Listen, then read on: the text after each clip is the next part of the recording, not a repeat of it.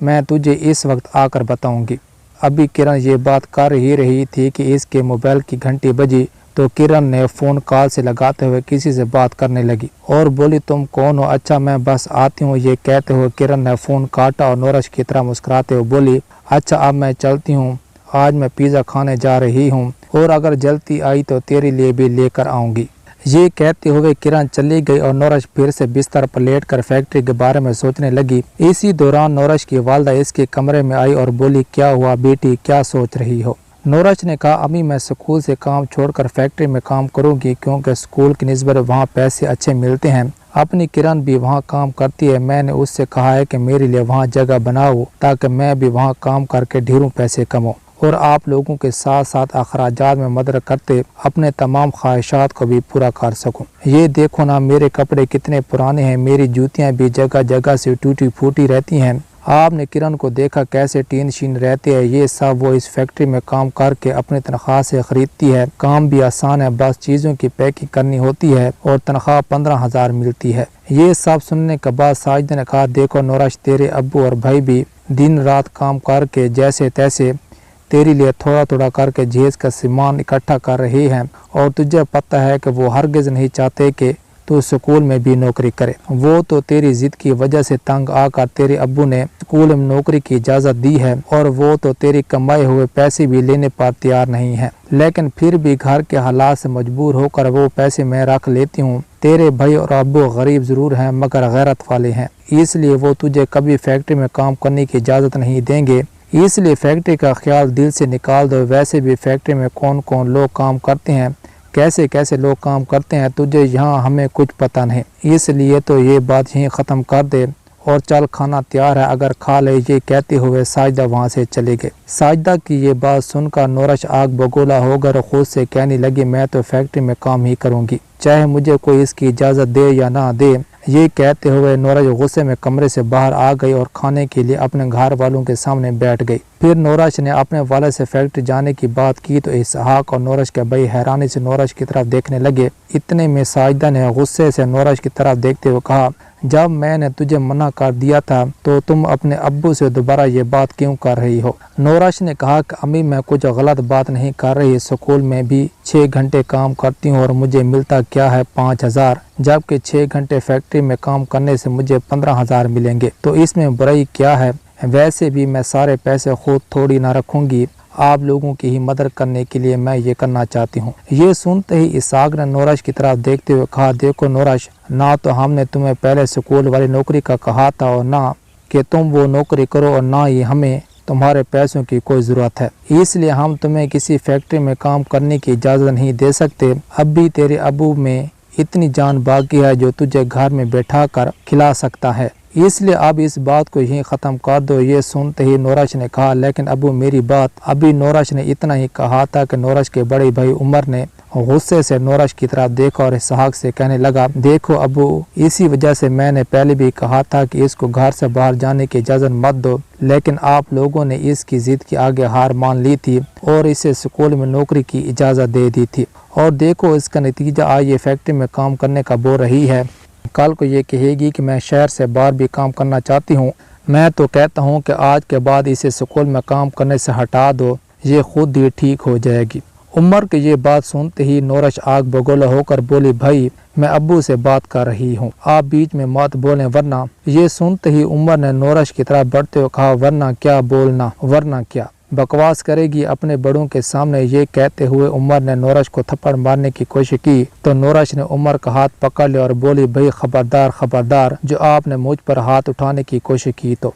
یہ دیکھتے ہوئے اسحاق نے عمر کی طرف دیکھتے ہوئے کہا ارے یہ سب کیا کر رہی ہو تم لوگ؟ نہ تو تجھے خیال ہے کہ یہ تیری چھوٹی بہن ہے اور نہ ہی بہن کو تمیز ہے کہ بڑی بھائی سے کیسی بات کی جاتی ہے، اور تم دونوں کو اتنا لحاظ ہی نہیں ہے کہ تم لوگوں کا باپ سر پر کھڑا ہے۔ کیا میں مر چکا ہوں جو تم لوگ اپنے فیصلے اس طرح کرو گے؟ یہاں میری کوئی اہمیت ہی نہیں ہے کہ میرے سامنے جس کے دل میں جو آ رہا ہے وہ ویسا ہی کرے گا، بولو نا، کیا میں کچھ نہیں ہوں تم لوگوں کے لیے؟ اسحاق کی بات سن کر عمر نے اپنا ہاتھ پیچھے کھینچ لیا اور نورش نے اسحاق کی طرف دیکھتے ہوئے کہا مجھے معاف کر دیں ابو، لیکن ابو میں پڑھی لکھی ہوں، اچھے اور برے کے بارے میں بخوبی جانتی ہوں، آپ کو مجھ پر بھروسہ ہونا چاہیے، میں ایسا کچھ نہیں کروں گی جس سے آپ لوگوں کو تکلیف ہو، بس میری بھی کچھ خواہشات ہیں جس کے لیے میں آپ لوگوں پر اور بوجھ نہیں ڈالنا چاہتی، اس لیے میں فیکٹری میں کام کر کے اپنی ہر خواہشات کو خود پورا کرنا چاہتی ہوں، کیونکہ میں بھی دوسری لڑکیوں کی طرح اچھے اور مہنگے کپڑے پہننا چاہتی ہوں، اچھی جوتیاں پہننا چاہتی ہوں، باہر جاتی ہوں تو ٹیچر کم اور نوکرانی زیادہ دکھائی دیتی ہوں، اس لیے میں بھی اپنا سٹیٹس بہتر کرنا چاہتی ہوں۔ مجھے پتہ ہے کہ آپ میری یہ خواہشات کو پورا کر سکتی ہیں، لیکن سب کچھ میرے سامنے ہے، گھر کے حالات سے میں بخوبی واقف ہوں، اس لیے میں اپنے خواہشات کو خود ہی پورا کرنا چاہتی ہوں، پلیز ابو آپ مجھے اس کی اجازت دے دیں، بعض یہ آپ کا مجھ پر احسان ہوگا۔ نورش کی یہ باتیں سن کر اسحاق نے کہا بیٹی تم نے جو کچھ بھی کہا وہ سب ٹھیک ہے، لیکن تم باہر کی دنیا سے پوری طرح واقف نہیں ہو، کیونکہ باہر کی دنیا بہت الگ ہے، یہ ویسی بالکل نہیں ہوتی جیسے یہ نظر آتی ہے، اور اس دنیا کی جھوٹی شان و شوکت کو برقرار رکھنے کے لیے اکثر انسان اپنے خواہشات کے سامنے بے بس ہو کر ایسی غلطی کر بیٹھتے ہیں کہ وہ ساری عمر کا روگ بن جاتی ہیں۔ چلو فرض کرو میں تم پر بھروسہ کر کے تمہیں فیکٹری میں کام کرنے کی اجازت دے بھی دیتا ہوں، تو تمہیں کیا لگتا ہے کہ کوئی تمہیں ایسی ہی 6 گھنٹے کام کرنے کے 15,000 دے دے گا، جبکہ میں سارا دن کھیت میں محنت کر کے اپنا خون پسینہ بہاتا ہوں، تب جا کر مجھے پورے 10 گھنٹے کے بعد 400 روپے ملتے ہیں، اور تمہارے دونوں بھائی بھی 8 گھنٹے تک کام کرتے ہیں، ان کی بھی یومیہ اجرت 400 روپے بنتی ہے، اور تم کہہ رہی ہو تمہیں صرف 6 گھنٹے سامان کی پیکنگ کے لیے تمہیں ماہانہ 15,000 ملیں گے، کیا ایسا بھی ممکن ہے؟ نورش نے کہا جی ابو ممکن ہے، اقبال چاچا کی بیٹی کرن بھی وہیں کام کرتی ہے اور اسے بھی مہینے کے 15,000 روپے ملتے ہیں، اور آج آپ اس کا پہناوا اور کھانا پینا دیکھ کر ضرور یہ کہیں گے کہ وہ ضرور کسی رئیس خاندان سے تعلق رکھتی ہے، اس کا ایک سوٹ میرے سکول کی پوری تنخواہ سے بھی زیادہ مہنگا ہے، اور ہر ایسی چیز وہ جو چاہتی ہے لے لیتی ہے، وہ بھی اپنی محنت کے پیسوں سے، نہ کہ کسی پر بوجھ بن کر، بس میں بھی اسی کی طرح اپنی محنت سے اپنے خواہشات کو پورا کرنا چاہتی ہوں۔ اسحاق نے کہا اگر ایسی بات ہے تو میں تم سے صرف اتنا کہوں گا بیٹی ایک بار پھر سے سوچ لو، کیونکہ نہ جانے مجھے ایسے جیسے کہ تم کوئی بڑی غلطی کرنے جا رہی ہو، میرا دل ہرگز تمہیں اس کام کی اجازت نہیں دے رہا، لیکن تمہیں یہ نہ لگے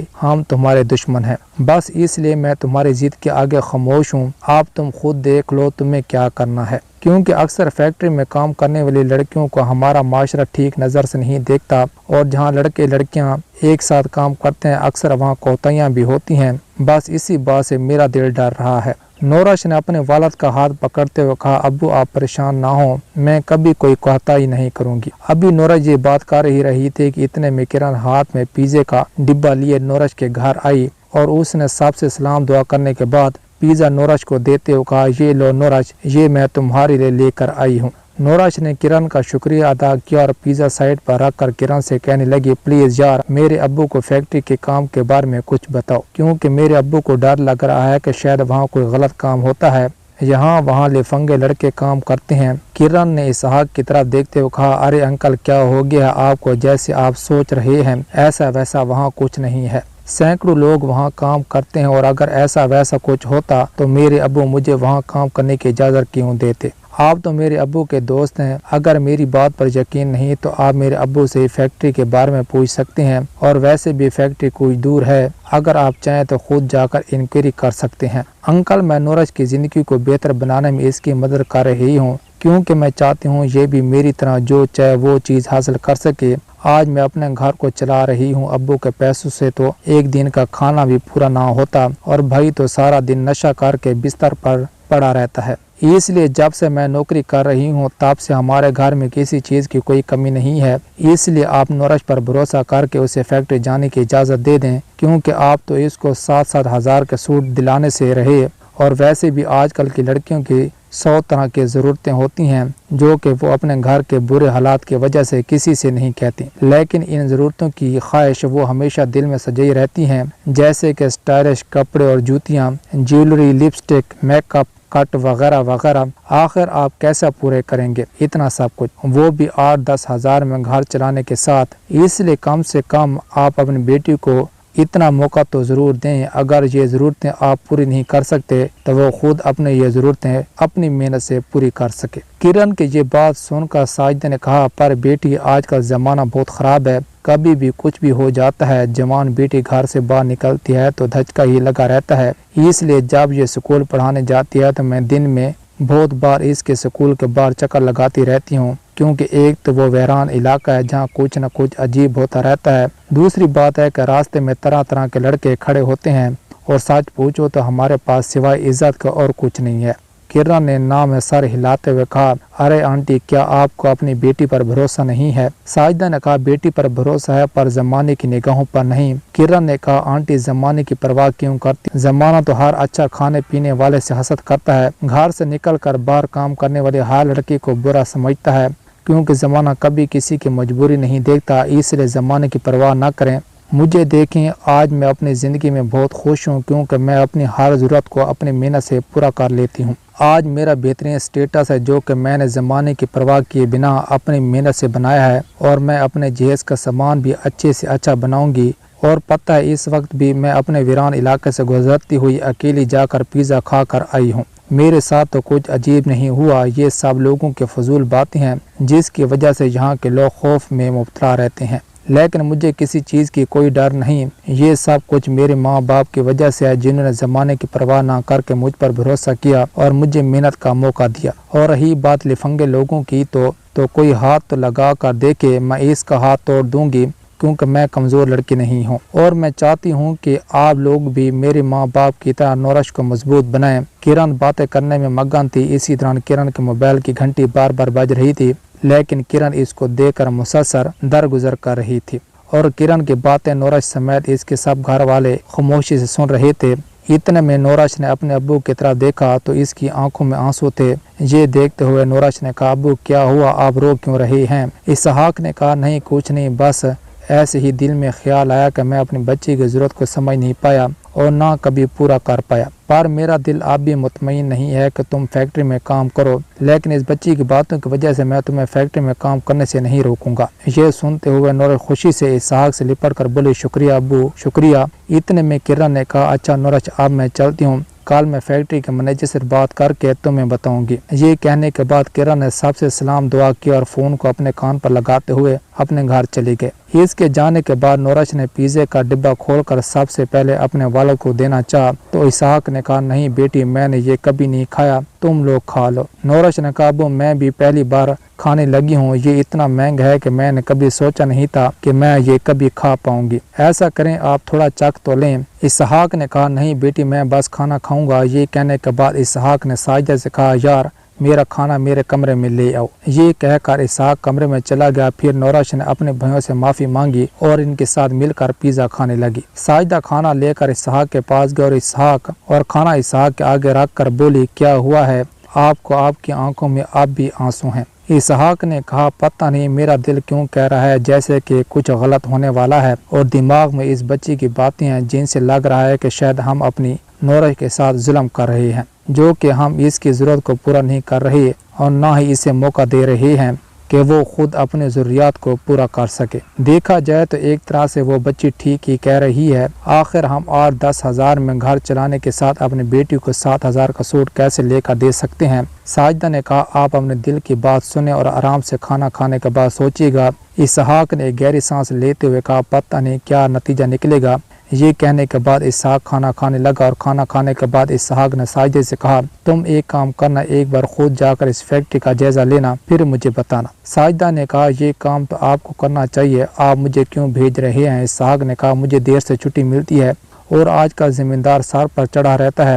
اور کام بہت ہے، اس لیے تم خود فیکٹری جا کر دیکھ لینا کیا کام ہے، کس چیز کی پیکنگ ہوتی ہے، ہاں دوسرے راستے سے جانا، یہ پیچھے والے راستے سے مت جانا، پتہ ہے نا وہ کتنا خطرناک راستہ ہے؟ ساجدہ نے کہا ہاں پتہ ہے، اب آپ آرام کریں، میں دوسرے راستے سے چلی جاؤں گی اور دیکھ لوں گی فیکٹری جا کر۔ یہ کہتے ہوئے ساجدہ نے کھانے کے برتن اٹھاتے ہوئے انہیں دھونے چلی گئے، اور اسحاق اپنی چرپائی پر لیٹ کر پھر سے سوچ میں پڑ گیا۔ اتنے میں نورش اسحاق کے پاس آئے اور بولی ابو میں نے عمر بھائی سے معافی مانگ لی ہے اور آپ کبھی جھگڑا نہیں کریں گے، اور پتہ ہے عمر اور عدیل بھائی کو پیزا بہت اچھا لگا تھا، واقعی میں بہت مزے کا تھا، پر آپ نے کھایا نہیں۔ اسحاق نے کہا بیٹی مجھے بس گھر کا کھانا ہی پسند ہے، اس لیے میں نے نہیں کھایا تھا، لیکن تم مجھے یہ بتاؤ کہ اتنی رات کو کرن اکیلی گھر سے باہر گھوم کر آئی تھی، کیا تمہیں یہ سب برا نہیں لگا جبکہ اس کے ساتھ کبھی بھی برا ہو سکتا تھا؟ کیونکہ کنواری لڑکیوں کا ایسی رات میں خوشبو لگا کر ویران جگہوں سے گزرنا خطرات سے خالی نہیں ہوتا، کیا پتہ کبھی کیا ہو جائے، اس لیے میں چاہتا ہوں کہ تم